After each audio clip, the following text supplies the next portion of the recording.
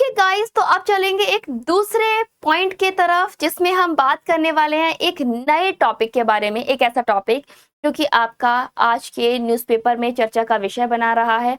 आप लोग गैस करिए आज हम किस टॉपिक के बारे में अब बात करने वाले हैं जो कि आपके एग्जाम के लिए भी बहुत इंपॉर्टेंट है। टॉपिक की शुरुआत करते हैं, चलते हैं स्लाइड की तरफ और मैं दिखाती हूँ वो कौन सा टॉपिक है। गाइस, आज हम बात करने वाले हैं डिजिटल इंडिया इनिशिएटिव के बारे में। डिजिटल इंडिया इनिशिएटिव जिसके वजह से आज आप लोग एड टेक में पढ़ रहे हो और अपने घर पर बैठकर अपनी पढ़ाई को कर पा रहे हो, है ना। ये मैं इसलिए कह रही हूँ कि अगर डिजिटल इंडिया इनिशिएटिव नहीं आता तो हमारे पास 5G ब्रॉडबैंड नहीं होता, हमारे पास इंटरनेट हर जगह हर कोने में नहीं होता। लेकिन इसने भारत की रूप को बदल दिया है, भारत को डिजिटलाइज कर दिया है, जिसकी वजह से आप घर बैठे पढ़ाई कर पा रहे हो, है ना। आप घर बैठे सब कुछ कर पा रहे हो। ध्यान रखना गाइस, अभी डिजिटल इंडिया इनिशिएटिव ने अपने 10 साल को पूरा किया है। आइए चलिए अब देखेंगे कि डिजिटल इंडिया का इस 10 साल का सफर कैसा था। सबसे पहले इंट्रोडक्शन की तरफ नजर डालते हैं। ध्यान रखिएगा, डिजिटल इंडिया को लॉन्च कब किया गया था। इसको 1 जुलाई 2025 को भारत सरकार के द्वारा लॉन्च किया गया था। क्यों लॉन्च किया गया था? To reform India into digitally empowered society. जो हमारी सोसाइटी है, इंडियन सोसाइटी है, उसको डिजिटलाइज्ड करने के लिए, उसको डिजिटली एम्पावर करने के लिए इस दिन की शुरुआत की गई थी, जिसको हम लोग डिजिटल इंडिया इनिशिएटिव के नाम से जानते हैं। और इसने एक बहुत बड़ी मदद करी थी हमारे इकोनॉमी में चेंज लाने में, हमारे नॉलेज में चेंज लाने में, है ना। एक ऐसा फ्लैगशिप प्रोग्राम था जिसने जो कोऑर्डिनेट किया जा रहा है किसके द्वारा? Ministry of electronics and transformation technology के द्वारा, जिसको हम लोग शॉर्ट में माइटी के नाम से भी जानते हैं। क्लियर? चलो अब हम विजन एंड ऑब्जेक्टिव की तरफ देख लेते हैं। सबसे पहले विजन क्या रहा था जब डिजिटल इंडिया इनिशिएटिव की शुरुआत की गई थी? हमारा उद्देश्य था कि हमारे देश को, हमारा देश जो भारत है, उसको डिजिटलाइज किया जाए, उसे डिजिटली एम्पावर किया जाए। Digital infrastructure as a core utility. आज के समय में अगर हम डिजिटल इंफ्रास्ट्रक्चर की बात करें जो कि एक कोर यूटिलिटी है, एक बहुत महत्वपूर्ण संरचना है, गवर्नेंस के लिए भी, सर्विसेज के लिए भी, डिमांड के लिए भी, एजुकेशन के लिए भी, करियर के लिए भी, एंटरटेनमेंट के लिए भी, हर चीज के लिए डिजिटल एम्पावरमेंट ऑफ सिटीजन। और जो हमारा सिटीजन है, हमारे देश का जो सिटीजन है, उसको एम्पावर करने के उद्देश्य से भी हमारे देश का डिजिटल होना एक बहुत इम्पॉर्टेंट, एक बहुत महत्वपूर्ण काम था। और इसी इनिशिएटिव के साथ में, इसकी विजन के साथ में इसकी शुरुआत की गई। इसका उद्देश्य क्या था? ध्यान रखिएगा, इसका उद्देश्य था कि जो हम जितने भी कहना चाहिए यूरोपियन कंट्रीज हैं, उनसे जो 10 साल पीछे चल रहे हैं, उस गैप को खत्म करना इसका उद्देश्य था। ब्रिजिंग द डिजिटल डिवाइड, है ना। जो हमारा डिजिटल डिवाइड है, यानी कि डिजिटल में हम जो इतने पीछे चल रहे हैं, हमारा जो ग्रोथ ही नहीं है, उस कमी को पाटना, उस ब्रिज को खत्म करना, उसके लिए एक ब्रिज बनाना, यानी कि उस दूरी को खत्म करने के उद्देश्य से इसकी शुरुआत की गई। And ensure inclusive digital access to all. और एक ऐसे डिजिटल प्लेटफॉर्म को बनाने का लक्ष्य रखा गया जो कि हर कोई इंसान एक्सेस कर पाए, चाहे वो अमीर हो, चाहे गरीब हो, चाहे वो छोटा हो या फिर बड़ा हो, हर किसी तक इसकी पहुंच होनी चाहिए। की पिलर्स की बात कर लेते हैं। Digital India rest on 9 pillars. Digital India ने इसी के साथ में डिजिटल इंडिया इनिशिएटिव के तौर पर 9 पिलर्स पर काम किया। कौन कौन से हैं 9 पिलर्स? सबसे पहले ब्रॉडबैंड हाईवेज, है ना। हमारे जितने भी हाईवे हैं या फिर जितना भी हमारा क्षेत्र है, मेजर एरिया जितना भी है, उसको ब्रॉडबैंड से कनेक्ट करना।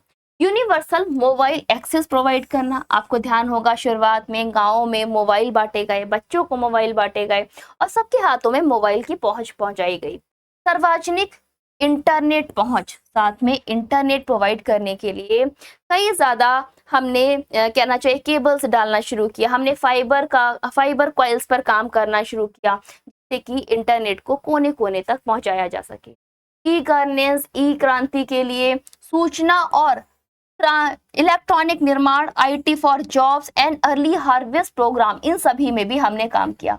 यानी कि ई क्रांति इनिशिएटिव इंफॉर्मेशन टू ऑल, किसके थ्रू, डिजिटल प्लेटफॉर्म के थ्रू, इलेक्ट्रॉनिक मैन्युफैक्चरिंग के लिए, आईटी कंपनीज में जॉब के लिए, और अर्ली हार्वेस्ट प्रोग्राम्स के लिए डिजिटल यानी कि इंटरनेट का होना बहुत जरूरी था।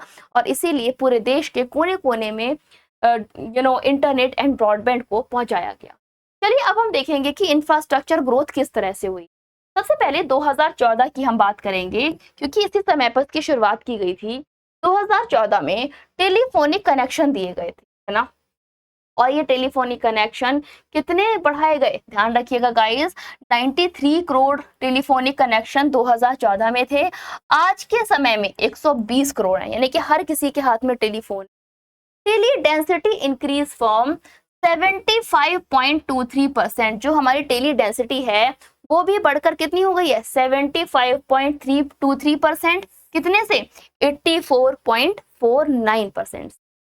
वहीं पर इंटरनेट कनेक्शन की बात करें, वो कितना हुआ है, ग्रो फ्रॉम 25.15 करोड़ 2014 में, तब से लेकर 96.96 करोड़ पीपल 2024 में। यानी कि शुरुआत में हमारे पास 25.15 करोड़ लोग ऐसे थे जिनके पास इंटरनेट कनेक्शन था। आज के समय में कितने हैं, 96.96 करोड़ ऐसे लोग हैं जो कि 2024 में कनेक्शन रख रहे हैं। और ये संख्या लगातार बढ़ती जा रही है, यानी कि हर साल 285% इंटरनेट कनेक्शन लेने वाले लोगों की संख्या बढ़ती जा रही है। चलिए अब ये पीआईबी की ऑफिशियल साइट से, जो कि ministry of electronics and information technology यानी कि माइटी के द्वारा ये पूरा एक ओवरऑल डेटा पेश किया गया है, उसको समझने की कोशिश करते हैं कि माइलस्टोन डिजिटल इंडिया इनिशिएटिव के क्या क्या नए हैं। सबसे पहले 2015 में डिजिटल इंडिया प्रोग्राम की शुरुआत की गई थी प्रधानमंत्री नरेंद्र मोदी के द्वारा। उसके बाद 2016 ये वो टाइम था जब Bharat interface for money app, समझ रहे हो, Bharat interface for money app की शुरुआत की गई थी 2016 में, जो कि किसके थ्रू चल रहा था, इंटरनेट की मदद से चल रहा था। 2017 में जीएसटी आया, है ना, हमने जीएसटी को लॉन्च किया, उसकी ई इनवॉइसिंग की भी शुरुआत करी। 2018 में प्राइम मिनिस्टर नरेंद्र मोदी जी ने प्रधानमंत्री ग्रामीण डिजिटल साक्षरता अभियान की शुरुआत की, जिसमें हम लोगों ने किसकी, ई लर्निंग की शुरुआत की, एड टेक की शुरुआत हुई, जहां से 2020 में द आरोग्य सेतु ऐप की शुरुआत हुई, जिसने हमारी कोविड-19 के टाइम पर बहुत मदद करी थी। 2019 में नेशनल पॉलिसी ऑन इलेक्ट्रॉनिक्स आया, जिसकी वजह से हमने अपने इलेक्ट्रॉनिक्स में नए नए इनिशिएटिव्स लिए और इसी में सेमीकंडक्टर इनिशिएटिव को 35 तक के लिए ऐड किया। 2020 मैंने आपको बता ही दिया था। 2021 में प्राइम मिनिस्टर नरेंद्र मोदी जी ने उमंग इंटरनेशनल की शुरुआत की, जो कि किसके लिए था, स्कॉलर्स के लिए था, रिसर्च स्कॉलर्स के, सॉरी, पुलिस के लिए था, ठीक है। उमंग इंटरनेशनल वो था जो कि रिसर्च स्कॉलर्स के लिए था। जो उमंग है वो सिर्फ पुलिस के लिए है, जो कि महाराष्ट्र में मनाया जाता है, और जो उमंग इंटरनेशनल है वो पीएचडी स्कॉलर्स के लिए था। Government of India's launches national language translation mission, है ना। इसमें इंडिया में पहली बार प्रधानमंत्री नरेंद्र मोदी जी के द्वारा 2022 में नेशनल लैंग्वेज ट्रांसलेशन मिशन की शुरुआत की गई, जिसमें हमने किसकी मदद ली है, एआई की मदद ली। 2023 में G20 भारत ने होस्ट किया और 2024 में ग्लोबल इंडिया एआई समिट में साउथ ग्लोबल का लीडर बनकर पेश हुआ। ओके गाइस, अब के बारे में बात कर लेते हैं। अब क्या हुआ है, 2024-25 में 4G एंड 5G का जो कवरेज है वो नियरली हर डिस्ट्रिक्ट में पहुंच चुका है। 4.74 लाख लोग हैं जो कि 5G टावर को इंस्टॉल करके रखते हैं अपने पास, मतलब आसपास, जिनके आसपास इंस्टॉल्ड है टावर। और 22 महीनों में इन टावर को लगाया गया है। कहां पर लगाया गया है, 22 महीनों में 4.74 लाख टावर को अलग अलग डिस्ट्रिक्ट्स में लगाया गया है। वहीं पर 2022 की अगर हम बात करें तो डेटा कॉस्ट फेल, जो डेटा है वो गिरकर कितना हुआ है, 308 पर जीबी, यानी कि इतना अमाउंट का डेटा होता था 2014 में, महंगा था, जो कि आज के समय में मात्र 9.34 पर जीबी 2022 में रह गया है। अब हम बात करते हैं रूरल कनेक्टिविटी के बारे में। चलिए, रूरल कनेक्टिविटी हमारी किस तरह से है। Bharat net connected over 2.18 lakh ग्राम पंचायत इन हाई स्पीड इंटरनेट।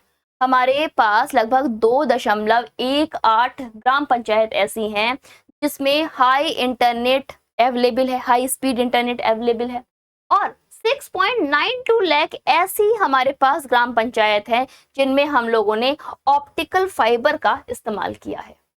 चलिए, अब हम बात करते हैं डिजिटल फिनेंस इंक्लूजन के बारे में।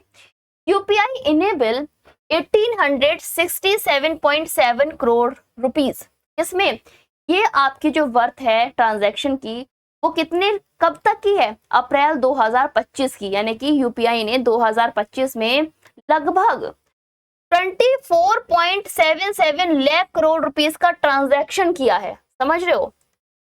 और अगर हम बात करें टोटल की, तो ओवरऑल ट्रांजैक्शन 1867 करोड़ का है, जो कि क्या हुआ है, आपस में एक्सचेंज किया गया है। 49% of global real time payment in 2023, लगभग ग्लोबल रियल टाइम पेमेंट 2023 में कितना पहुंच गया है, 49% पहुंच गया है। Aadhaar enabled DBT save 3.48 lakh crore, जो हमारा आधार है वो इनेबल क्या कर रहा है, डीबीटी को सेव कर रहा है लगभग 3.48 crore bye eliminating fake beneficiaries. जो हमारे यूपीआई के फेक बेनिफिशरीज थे, आपको ध्यान होगा 1 अप्रैल से इनिशिएटिव लिया गया था कि उन सभी को यूपीआई को बंद कर दिया जाएगा, और यस, इस तरह से जितने भी फेक बेनिफिशरीज थे, फर्जी लोग थे, उन सभी के डीबीटीज को खत्म कर दिया गया है with the help of Aadhaar authentication. Over 142 crore Aadhaar IDs generated, लगभग 142 करोड़ आधार आईडी को जनरेट किया गया है। 44 लाख करोड़ ऐसे ट्रांसफर्ड हैं जो कि डीबीटी के द्वारा डायरेक्ट ट्रांसफर किए गए हैं। ई गवर्नेंस सर्विस में चलिए एक बार नजर डालते हैं किस तरह से डिजिटल इंडिया फॉर्मेशन एक नई क्रांति लेकर आया है। E governance reform improve transparency efficiency, जिसने ट्रांसपेरेंसी इफिशियंसी को बढ़ाया है। एक्सेस टू गवर्नमेंट सर्विसेज, और साथ में गवर्नमेंट सर्विसेज की एक्सेस को प्रोवाइड कराया है। सीधे शब्दों में बोला जाए, जैसे गवर्नमेंट कोई स्कीम निकालती है उसका फायदा मिलना, गवर्नमेंट कोई टैक्स लगाती है उसके बारे में अवेयर करना, है ना। Platform like Umang, not Umang international, ये बात हो रही है उमंग के बारे में, ठीक है। उमंग, डिजी लॉकर, ये सब क्या है, ये आपके वॉलेट है। एंड आई क्रांति डिलीवर सर्विसेज ऑनलाइन, जिसमें आप अपने डॉक्यूमेंट को सेव कर सकते हो, जिसमें आप अपने डेटा को सिक्योर कर सकते हो। आर्थिक प्रभाव के बारे में बात कर लेते हैं। Digital economy contribute 11.74% national income, लगभग 7.4%, 11.74% ऐसी नेशनल इनकम है जो कि कंट्रीब्यूट की गई थी किस ईयर में, 2022-23 में। वहीं पर 13.42% ऐसी इनकम है जो कि 2024-25 में कंट्रीब्यूट करने की संभावना है with the help of digital India initiative या फिर यूपीआई, ठीक है।